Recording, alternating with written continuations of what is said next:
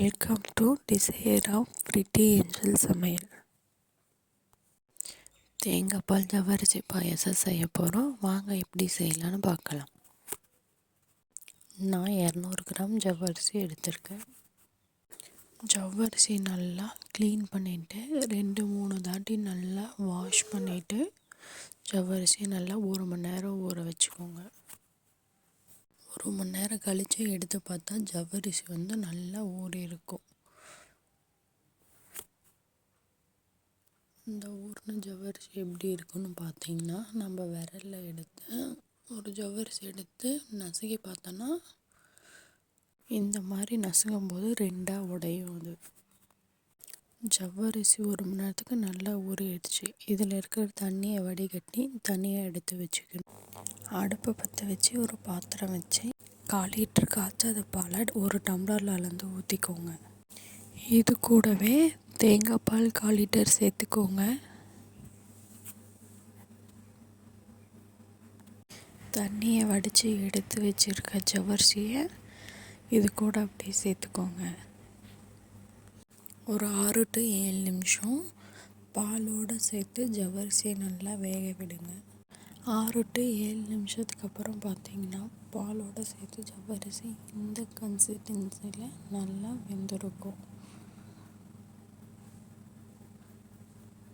இந்த அளவு நல்லா வெந்ததுக்கப்புறம் இது கூட ஒரு பிஞ்ச் சால்ட்டு போட்டு நல்லா கலந்து விட்டுக்கோங்க.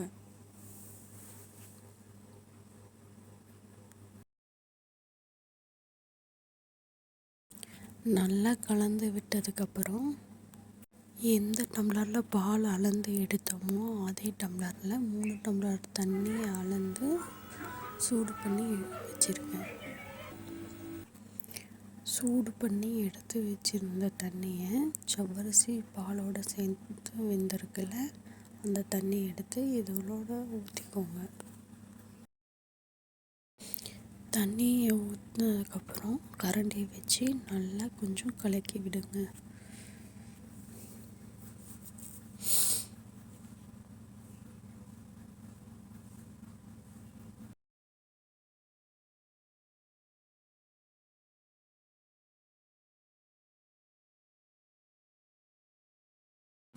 இன்னொரு அடுப்பை பற்ற வச்சு அதில் கடாயை வச்சு ஒரு 3 டேபிள் ஸ்பூன் நெய் ஊற்றிக்கோங்க. அந்த நெய் நல்லா சூடாகி உருகுனதுக்கப்புறம் திராட்சை முந்திரி சேர்த்து ப்ரௌன் கலர் ஆகிற வரைக்கும் அந்த நெய்யிலே வறுத்துக்கோங்க. திராட்சை முந்திரி நல்லா ப்ரௌன் கலரில் வறுபட்டதும் அடுப்பை ஆஃப் பண்ணிவிட்டு அதை அப்படியே எடுத்து ஓரமாக வச்சுக்கோங்க.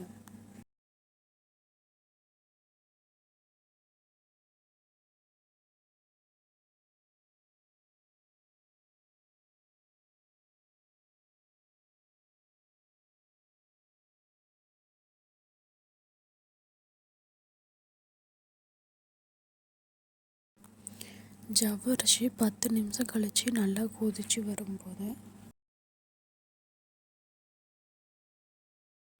நான் இனிப்புக்காக நாட்டு சர்க்கரை சேர்க்குறேன். 200 கிராம் ஜவ்வரிசிக்கு 180 கிராம் நாட்டு சர்க்கரை சேர்த்துக்கோங்க.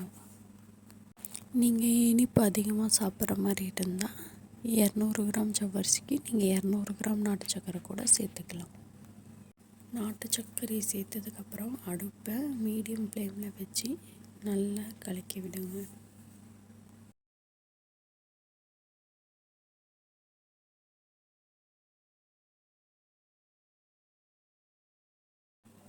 அஞ்சு to 6 நிமிஷம் கைவிடாமல் கலக்கிட்டே இருக்கணும். கலக்கினதுக்கப்புறம் நல்லா கொதித்து வரும்போது நம்ம நெய்யில் வறுத்து வச்சுருந்த திராட்சை முந்திரி இதில் கொட்டிடணும். ஒரு 3 ஏலக்காயை நல்லா இடித்து இது கூட வாசனைக்காக சேர்த்துக்கோங்க. ஏலக்காய் போட்டதும் 1 நிமிஷம் கொதிக்க விட்டு அடுப்பை ஆஃப் பண்ணிக்கோங்க. தேங்காய் பால் ஜவ்வரிசி பாயாசம் ready. Karthigai Deepam special recipe. உங்களுக்கு இந்த ரெசிபி பிடிச்சிருந்தா மறக்காமல் நம்ம சேனலை சப்ஸ்கிரைப் பண்ணிக்கோங்க.